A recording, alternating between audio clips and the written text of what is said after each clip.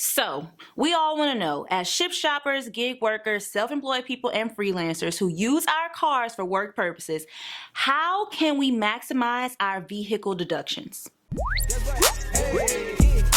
Tyra, the creative. That's right. The creative.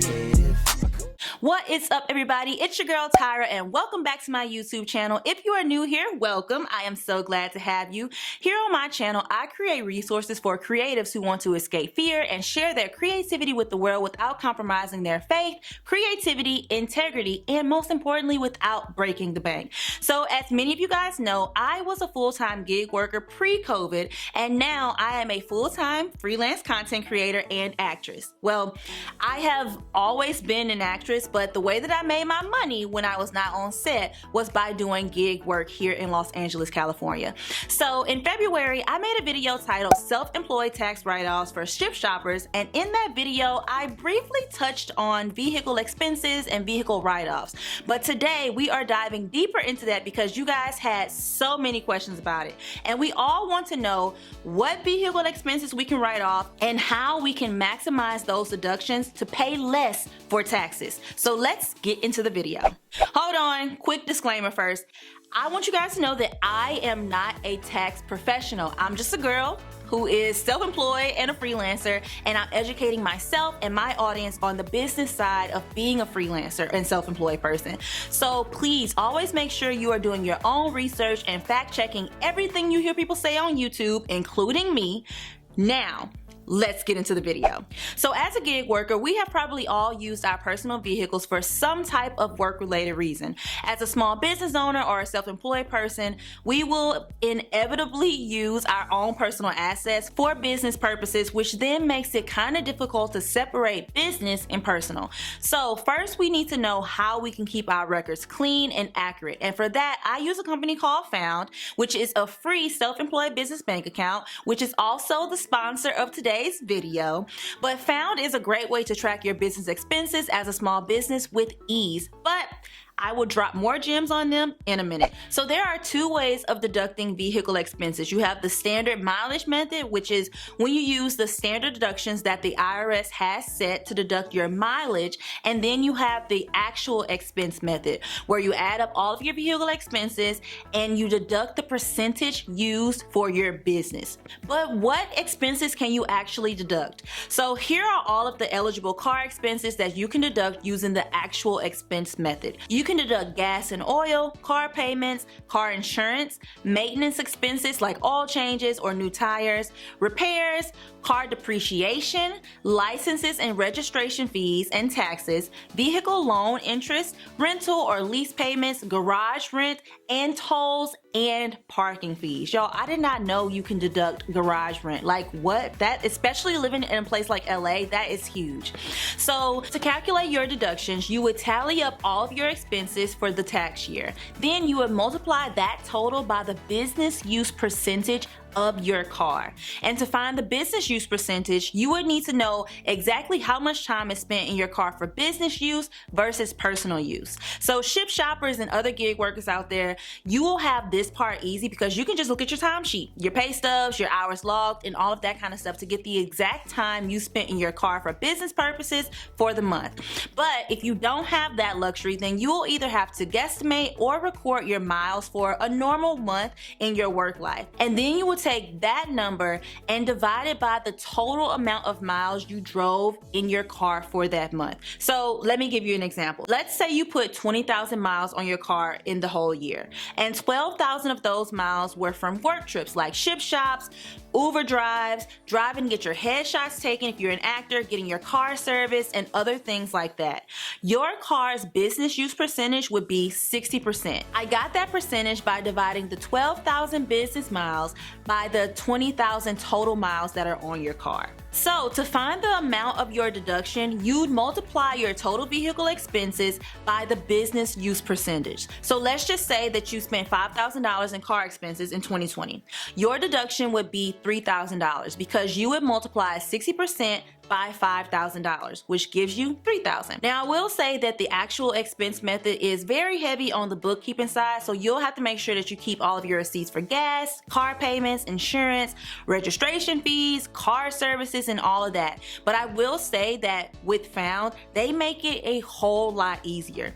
Okay, let me just tell you guys about Found since I brought it up again. So Found is super great. And yes, I'm saying this because they pay me to say it, but I'm also saying this because I love what they have created for self-employed people and freelancers.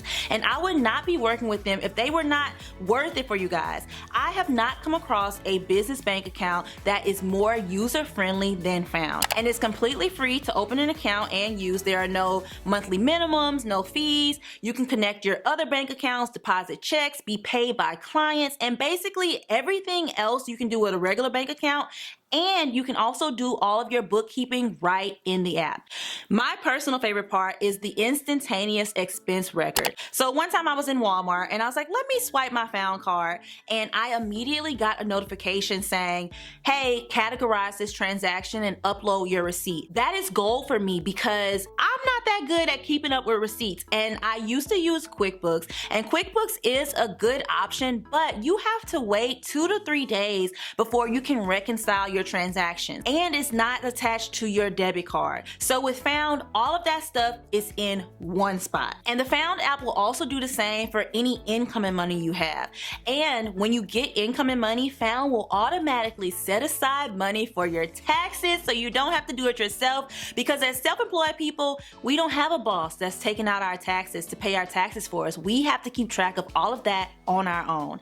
And at the end of the quarter or at the year, whenever you pay your taxes, you can do that right inside of the Found app, which is, y'all, I don't even have to say it. It's super dope. I can say that this is the #1 reason why I prefer Found over all of the other bookkeeping options. And if you think about it, if you use one of the other bookkeeping softwares, you then have to get another separate program when you're ready to pay your taxes. And with Found, you have your bank account, your bookkeeping, and you can file your taxes right in the app. So why take multiple steps when Found can do all of it? So I say that to say, stop playing with your business and open your free Found account today. At least give it a try to see if you like it. It's free. So just go to get.found.app/Tyra the Creative to open your account today, and the link is also in the description bar. Now, back to the standard mileage method. So the standard mileage method is a simplified way of deducting your car expenses. You'll be able to deduct a flat rate for every work mile you drove in that tax year. So right now, the standard rate for miles is 57.5 cents. So if you drove 100 miles for your business, you would get to deduct $57.50 for your miles. Now, let's throw it back to our example of the actual mileage rate. So earlier we said you drove 12,000 work miles in the year. With the standard mileage method, you would have 12,000 miles times 57.5 cents, which is $6,900. In this case, deducting your mileage will get you a higher deduction than the actual expense method. Now, in my last video, I got a lot of questions about mileage deductions in the Found app. Although the Found app does not automatically track your mileage yet, the Found team is working on that, and it will be a feature available in the future. But in the meantime, you can still track your mileage using either of the mileage tracking methods. For the actual expense method, all you need to do is specify your business use percentage in the app, and your Found account, which automatically categorized all of your vehicle expenses, will calculate that total for you. And if you wanted to use the standard mileage rate, you can do that as well by entering your estimated business miles like this. So until Found offers an automatic option, I suggest those who use their car heavily for work, like Shipt shoppers and rideshare workers, to record your miles at the beginning and end of each month. Literally look at your odometer and write down the miles on the first day of the month and the last day of the month. And find the total miles you drove for that month, and then use your business percentage that we calculated earlier to get your average monthly work miles. Then when it's tax time, you'll just multiply that number by 12 and you'll have your estimated mileage for the year. Or you can even use mileage tracking apps like Everlance. So you're probably wondering, which method should I use? The actual expense method may be best for you if you drive short distances, or if your car is a gas guzzler, meaning you pay a lot of money in gas. If you have higher than average maintenance expenses, you are pretty good at keeping your receipts and expense information organized, which Found makes a ton easier.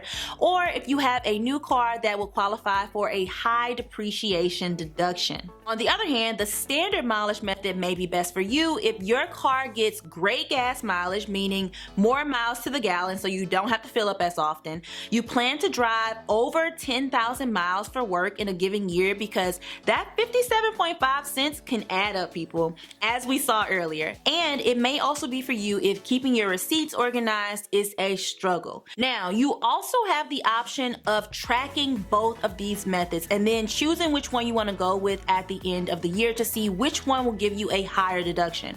You don't have to choose your deduction method until you're actually filing your taxes, so you can decide after you see which one is going to be better. But first, we need to talk about the eligibility requirements that you need if you want to use the standard mileage method. So first, you have to own or lease your car. If you are renting the car, then you'll have to use the actual expense method. You also couldn't have used the actual expense method in past years for the same car. You can switch from the mileage method to the actual expense method, but you cannot do it the other way around. So the IRS prevents you from doing this because depreciation deductions can be very high in the first 1 to 2 years of owning a car, and then it tapers off in years after that. Whereas if you're using the standard mileage rate, they assume a flat depreciation amount for your car. Now, I didn't really touch much on depreciation value because I personally need to research this a little more, but in a nutshell, you can write off the amount your car depreciates from general wear and tear. So now that we know both expense methods, we need to know what kind of records we should be keeping. So if you choose to use the standard mileage method, then you need to keep a log of your miles throughout the year that includes the date of the trip, the number of miles you drove, the starting and ending locations of your trip, and the purpose of your trip. You don't need to submit this information with your taxes or anything, but you just want to have it in case you get audited by the IRS. So if this is something that you really care about, then I would highly suggest using Everlance if you're using your Found account until they add the automatic tracking as a feature within the Found app. Now, if you're deducting your actual car expenses, then you need to track the amount, the merchant, the date, and purpose of each of your car expenses, as well as the number of miles you drove for business versus personal reasons to calculate that business use percentage that we were talking about earlier. So I know I'm saying a lot of stuff, but we also need to know what miles we need to track. What constitutes a business mile versus a personal mile? So you need to track your business-related mileage regardless of the deduction method that you choose. If the purpose of your trip is for work, you can consider all of those miles to be business related. Also, make sure you track miles that you drive for work-related errands like meeting with clients, visiting work sites, driving for rideshare or delivery apps. Actors, you can track your miles going to and from auditions, going to get new headshots, and similar work like that. That can all be written off. But on the other hand, you should not be tracking your personal miles like personal trips. So if you stop at the Gucci store on your lunch break, do not write the miles off. Those are personal miles. And in addition to that, commuting miles are not deductible. So these miles are from your home to your work, your office, or your workspace. But I will specify that as a rideshare worker and a Shipt shopper or a delivery person, you guys can write off those miles that are from your house to the store because that is your first job. You're not staying at that store. So that is not considered a commute for you guys. So I know it's already tax season and some of you guys may not have been tracking your miles or your vehicle expenses for the entire year so far. And that is okay. The IRS will still allow you to deduct your car expenses or mileage if you can reasonably prove the number of miles you drove or the amount that you spent on your car in a given period. So if you know your mileage and car expense data from August to December, you can find your average monthly cost of those months. And if you can prove that it was roughly the same from January to July of that same year, then the IRS will allow you to deduct that average amount for those months in addition to the ones that you actually tracked. But remember, you can only do it as long as you can prove it, reasonably prove it. And you can also tally up your mileage using records besides mileage logs. So if you drive for Uber or Lyft, you can look through your ride history and then you can get more information on your mileage that way. I even use my calendar. If I forgot to track some miles, I'll go back in my calendar because I make sure with every appointment that I have to drive through, I am putting that location inside of my calendar. So if I ever needed that, I can go back and I can tally up all of the miles that I drove to my various appointments as a self-employed freelancer. Okay, y'all, so remember, the best way to track your expenses is at the time that you incurred those expenses. And tracking your expenses as you go will prevent you from missing out on any of your deductions. So as I've said 3 times now, Found makes all of this mumbo jumbo that I've said in this video a ton easier. As soon as you swipe your card for the expenses, you'll get that notification and you will be prompted to add in your receipt, and then you're done with that. So if you lose that receipt, then you're good to go because you already have that information recorded inside of the Found app. So again, if you're ready to open your free Found account, go to get.found.app/Tyra the Creative to sign up. I really hope you guys learned something today. If you made it this far in the video, I want you to write in the comments, beep beep, who got the keys to the Jeep, because we are not leaving any of our money on the table with our vehicle deductions anymore. It's 2021. We are getting all that we deserve, okay? And always let me know if you guys have any questions. Put them down in the comments and I will be sure to get back with you as soon as I can. And make sure that you are doing your own research. You can always go to the IRS website. That will have the most up-to-date and accurate information, so make sure that you're always checking there as a final source. But thank you guys so much for watching today's video. I hope you guys enjoyed it, and I will see you next week for another one.